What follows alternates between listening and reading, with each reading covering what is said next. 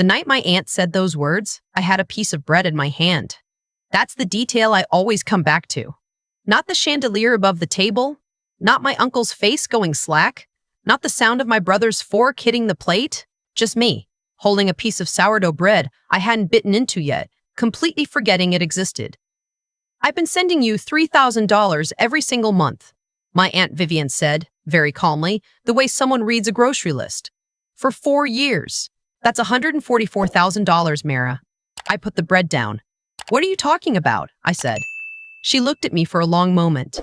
Then she looked at my brother Owen, and something in the way she did that, the slight pause, the way her eyes didn't move with surprise but with confirmation, told me this dinner was not an accident. I should back up. My name is Mara. I'm 31 now. When I was 26, I got into a graduate program in urban planning at a school in Chicago. Full academic scholarship, which covered tuition, but nothing else. No housing stipend. No living allowance. Chicago was not cheap.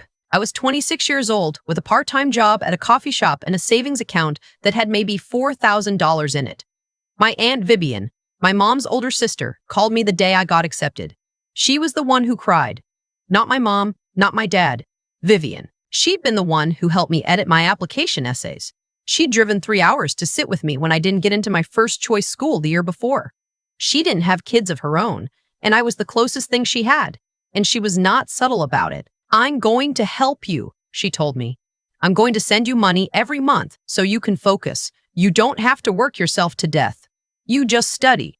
I told her I couldn't accept that. She told me to stop being ridiculous. We went back and forth for maybe 10 minutes, and then she said, I'm wiring it to your brother. He can manage it for you. I don't want you stressed about logistics. Just focus. That part seemed a little odd to me, even then. But Vivian had always had a slightly formal relationship with money. She liked things structured, organized, tracked. And Owen was the one who'd helped her set up her investment accounts the year before. He was good with numbers. He was responsible. Or so I thought. I moved to Chicago. I worked part-time at the coffee shop anyway because I didn't want to feel like a charity case, but I told myself the extra money from Vivian was there as a cushion, a safety net. When things got tight, and they did, frequently, I'd text Owen and say, hey, can you transfer me something? And he'd send me money. Sometimes it was $300, sometimes $500. Once, when my laptop died and I needed a new one fast, he sent $800. It always felt like he was doing me a favor, like I was asking for something that wasn't mine. I didn't think to question that. I didn't think to question a lot of things. Like why, when I asked Owen how much was left in the account, he'd say, not much, you've been spending a lot. And I'd feel a hot flush of shame and tell him never mind. Like why, when I visited home and saw him wearing a watch I knew cost more than my monthly rent, I assumed he'd gotten a bonus at work. Like why, when my cousin mentioned that Owen had been on vacation in Portugal last spring, I thought, I didn't know he had the money for that. And then immediately let it go. I let a lot of things go. That's the part I sit with the hardest now. Not his choices. Mine. I finished my degree. I moved back home, which I hated. But I had $40,000 in student loan debt from my undergrad years that I'd been paying down slowly, and I needed to save before I could afford a place in any city worth working in. I was 30. I was sleeping in my childhood bedroom with my old track trophies on the shelf and a poster I'd had since I was 16.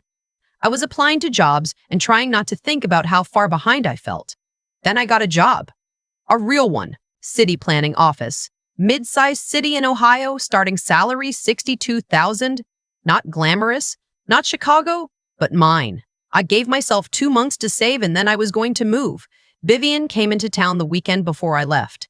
She wanted to have a family dinner. She was the one who organized it, which again, looking back, she was always the one who organized it. She'd picked the restaurant, she'd made the reservation, she'd sent us all the time an address. I thought it was just her being sentimental about me leaving. We were there, me, Owen, his wife Cassidy, my mom and dad, Vivian, and her husband. And we'd gotten through the appetizers and the first round of drinks, and it was fine. It was normal. It was the kind of dinner where everyone talks about nothing, and it's almost nice. Then Vivian said it. I've been sending you $3,000 every single month for 4 years. The table went quiet the way rooms go quiet when something breaks. Everyone went still at the exact same moment. My dad's hand stopped moving. My mom looked at Vivian. Cassidy looked at Owen. I looked at Owen. His face did something complicated. A quick recalibration, the kind you can only see if you know someone's face well enough, if you've watched it your whole life. He smiled. Vivian, I think you might be confusing. I'm not confusing anything, she said. She didn't raise her voice. She didn't need to. I have the wire transfer records going back 48 months. Every third of the month, $3,000 to the account you gave me. The account she gave you? I said. Owen glanced at me. Mara, just let me explain. What account? I said. You told me you were managing a savings account on my behalf. Whose account was it? He didn't answer right away, which was its own answer. Vivian reached into her bag and put a folder on the table. That's the moment I keep replaying. Not the revelation, not the number, not any of what came after. Just the sound of that folder landing on the white tablecloth, flat and final, and the way nobody moved for a full 3 seconds. 4 years ago, Vivian said, you asked me to wire the money to a specific account. You said it was a joint account you'd set up for Mara. I had no reason not to trust you. You're her brother. She paused. I hired an accountant 2 months ago to help me reorganize my estate plan. She pulled all my outgoing transfers. That account is registered solely in your name. My mom said, Owen, not a question. Not even horror, just his name in her voice, like she'd known something for a long time and was only now allowing herself to say it out loud.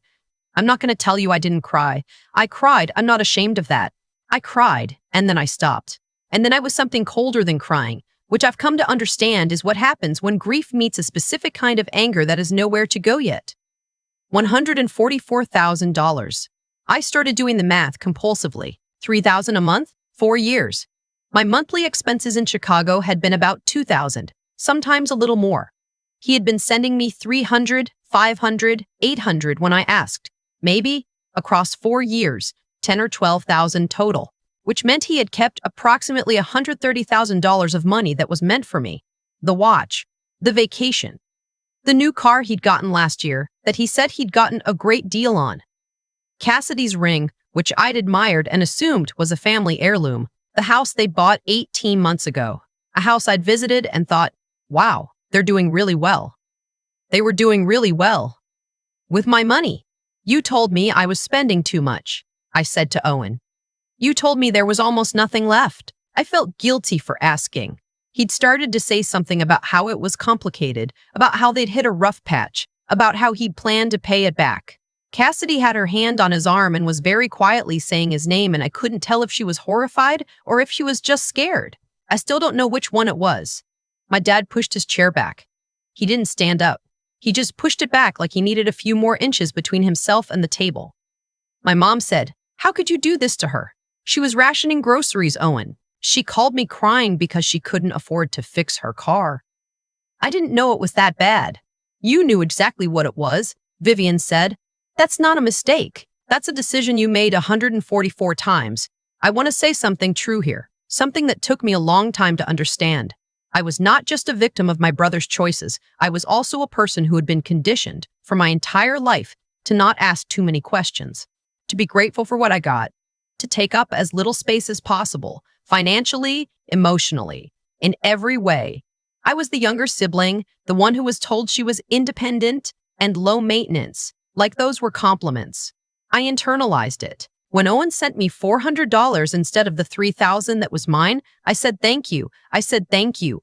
That's the part nobody tells you about being stolen from by someone you love. It's not just what they took. It's how well they knew you, how precisely they understood that you would never push back, never demand, never stop being grateful for the scraps.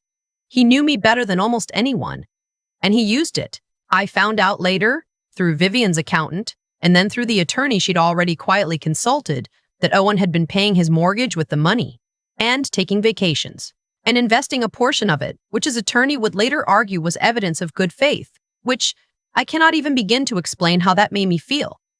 Vivian had not come to that dinner empty-handed. She had come with documentation. She had come with the name of an attorney who specialized in civil fraud cases, and she had come with a very clear intention.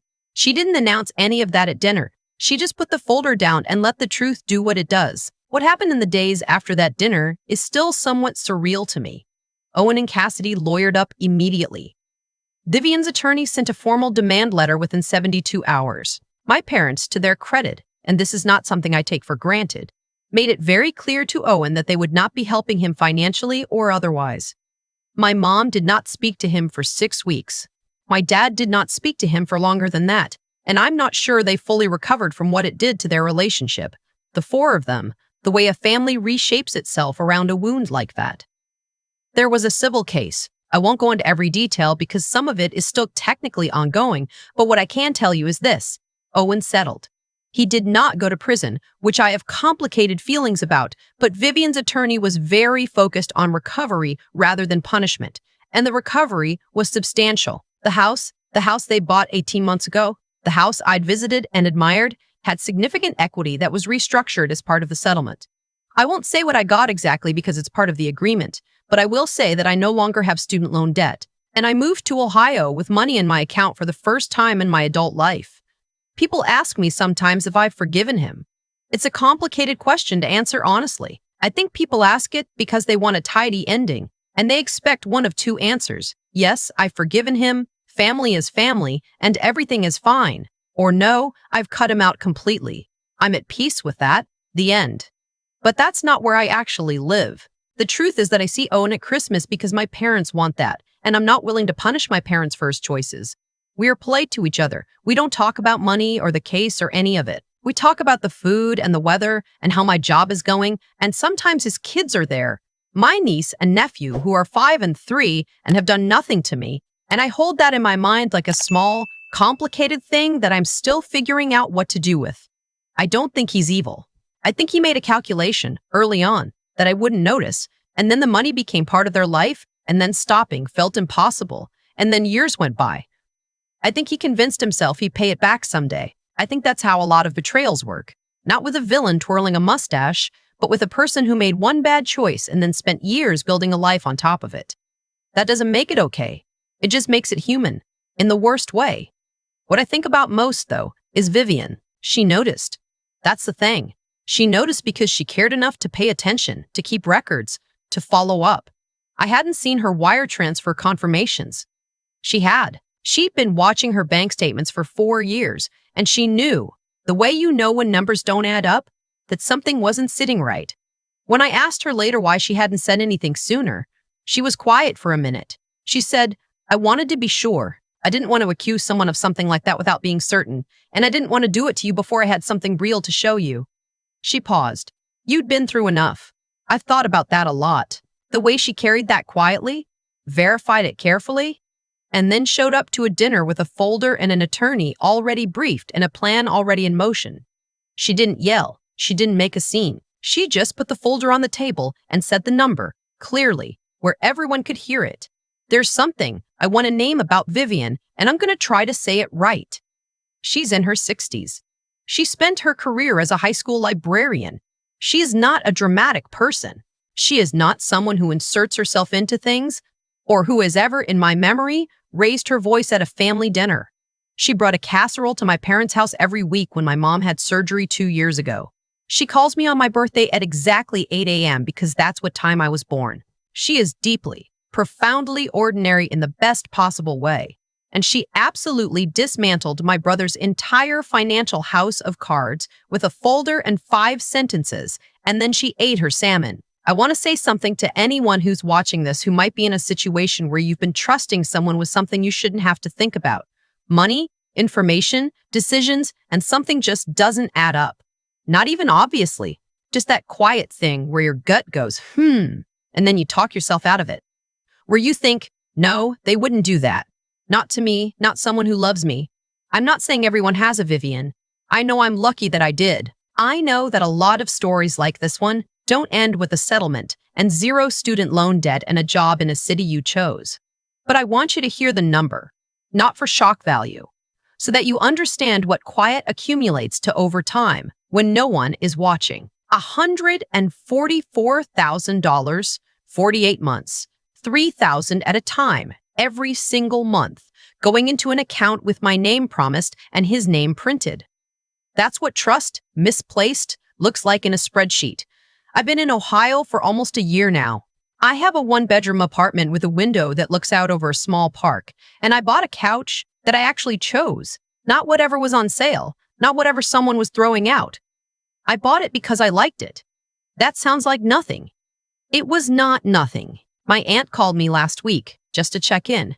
She does that every few weeks.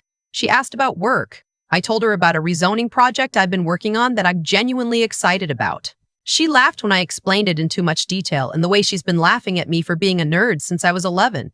Before she hung up, she said, "I'm proud of you, kiddo." I said, I know you are. And I meant it both ways. I know she's proud of me, and I know for the first time in a long time that I've earned it. Not because of the settlement, not because the legal thing resolved the way it did, but because I stopped apologizing for taking up space, because I stopped saying thank you for what was already mine. That's the thing nobody tells you about getting something back that was stolen from you. It's not just the thing itself. It's the version of yourself that learns, finally, to hold your hand out and say, clearly, without flinching, this belongs to me. I've thought a lot about what actually made this happen. Not the legal part. The part before that. The part where Owen made the first transfer into his own account and told himself it was temporary. That's the moment I keep coming back to, because I think that's where everything started unraveling for him, even if it took 4 years for anyone to see it. There's something that happens when you make a choice you know is wrong and then build a life on top of it. You don't get to stop paying for it just because time passes. The debt doesn't disappear. It compounds. Owen bought a house. He bought a watch. He took a vacation to Portugal and probably sat on a beach somewhere and told himself he'd figure it out later. But later has a way of showing up at a dinner table with a folder and 5 sentences, and it doesn't care how comfortable you've gotten in the meantime. I'm not saying this to be harsh about him. I'm saying it because I think it's the most honest thing I've learned from all of this. The choices that seem small in the moment are rarely small. They're just slow. And the people who get hurt by them, the people like me, who trusted and didn't ask questions and said thank you for the scraps, we don't disappear either. We're still there, still counting, still slowly figuring out that something was always off. What I want to say about Vivian is that she represents something I'm still learning to do myself. She paid attention. She kept records. She followed the quiet thing in her gut that said the numbers don't add up. And she didn't let anyone, not her affection for Owen, not her desire to keep the peace, not the discomfort of what it would mean to be right, talk her out of it. That's not a small thing. That's what I'd call real intelligence, the kind that doesn't show up on a test. It's the intelligence of knowing when to look more carefully and then actually looking. And what it cost her to stay quiet long enough to be certain, to carry that suspicion for months without blowing it open too early, that took a kind of discipline I deeply respect. She waited until she had something real. Then she showed up. I think about the version of me who spent 4 years in Chicago feeling like a burden, feeling guilty for asking for what was mine, working an extra job so I wouldn't have to call Owen too often. I want to go back and tell her, the shame you're carrying isn't yours. You didn't do anything wrong. Asking for what someone promised you is not weakness. It's not greed. It's not being difficult. It's just being a person who deserves what she was told she would have. That's the thing about letting people make you feel small. It doesn't happen all at once. It's 100 tiny moments where you decide not to push back, and each one feels reasonable in isolation. And then one day, you're 30 years old sleeping in your childhood bedroom wondering why you never got anywhere. I got somewhere. Not because of the settlement, though, that helped. Because I finally stopped apologizing for taking up space. That was the actual shift. Everything else followed from that. If you're in something right now where the numbers don't add up, financially, emotionally, in any way, I want you to trust that feeling, not because someone is always stealing from you, but because you deserve to know the truth about your own life. You deserve to count. You deserve the folder on the table, even when it's hard to look at what's inside.